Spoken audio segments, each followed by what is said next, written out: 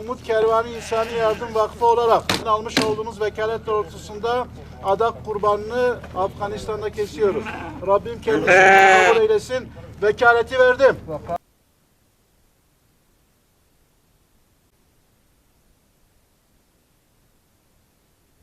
Bismillahirrahmanirrahim. Afganistan'daki yardım çalışmalarımız devam ediyor. Daha önce Gazni bölgesine gitmiştik. Orada Melekdin beldesine gitmiştik. Orada yardım çalışmalarımız olmuştu.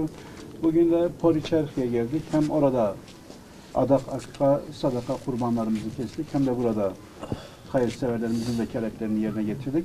İnşallah onların bağışlamış oldukları bu kurban etlerinden elde etmiş olduğumuz etleri paketleyerek özellikle yetim ve ihtiyaç sahibi ailelerimiz başta olmak üzere onlara ulaştıracağız, götürüp dağıtacağız. Öncesinde de özellikle medreselerimize bu kurban etlerini ulaştırmıştık. Bizim çok da duygulandıran özellikle Gazni Melekdin bölgesindeki Darusselam yetim köyü vardı. Orada yetim ailelerimiz vardı. Bu yetim ailelerimiz emperyalist Amerika'ya karşı savaşıp şehit olan kardeşlerimizin çocuklarıydı. Onlara da bu kurban etlerini götürüp ulaştırdık. Melekdin bölgesinde yaklaşık 200 dönüm üzerinde yaklaşık 24 tane yetim evi yapılmıştı. Hepsinin bahçeleri de vardı. Rahat edebilecekleri. Ve bununla beraber bir cami, bir de sağlık kompleksi vardı. Orada inşallah yaşamlarını idame ederler. Afganistan'daki kardeşlerimizi onurlu gördük. Yani tamam yardım yapıyoruz ama hakikaten bunları fazlasıyla hak ediyorlar. Biz de hayırseverlerimizin bize bağışlamış oldukları hayırlarını getirip aracı olarak, köprü vasıtası vererek kendilerine ulaştırdık. Burada da şu an evlere gidip bu kurban etlerimizi ulaştıracağız. Selamünaleyküm. Gel.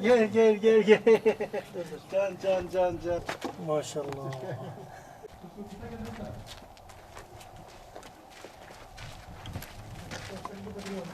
Evine. Hadi git. Maşallah. Bismillahirrahmanirrahim. Bugün Türkiye'den bize kurban vekaletlerini veren hayırseverlerimizin kurbanlarını kestik. Onlardan elde etmiş olduğumuz etleri başta medreseler olmak üzere hem kız medresesine hem de erkek medresesine teslim ettik. Ve burada da yetim ailelerimiz vardı. O yetim ailelerine kapılarını çalarak sizin emanetlerinizi onlara ulaştırdık. Dua ediyorlar. Rabbim kesmiş olduğunuz kurbanlarınızı katında kabul eylesin inşallah.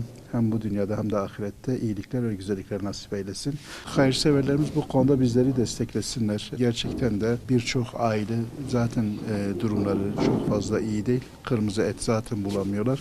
Özellikle kesmiş olduğumuz kurban etlerini bu yetim ailelere, ihtiyaç sahibi olan ailelere ulaştırmamız gerçekten çok önemlidir. Bu konuda biz hayırseverlerimizin desteklerini bekliyoruz. Okul bitti. Tamam. كل سنة يتماسك Selamünaleyküm. بدر إذا قابلت كذي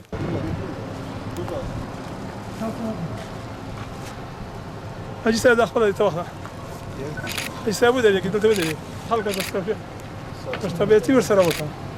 Adir khal ya Allah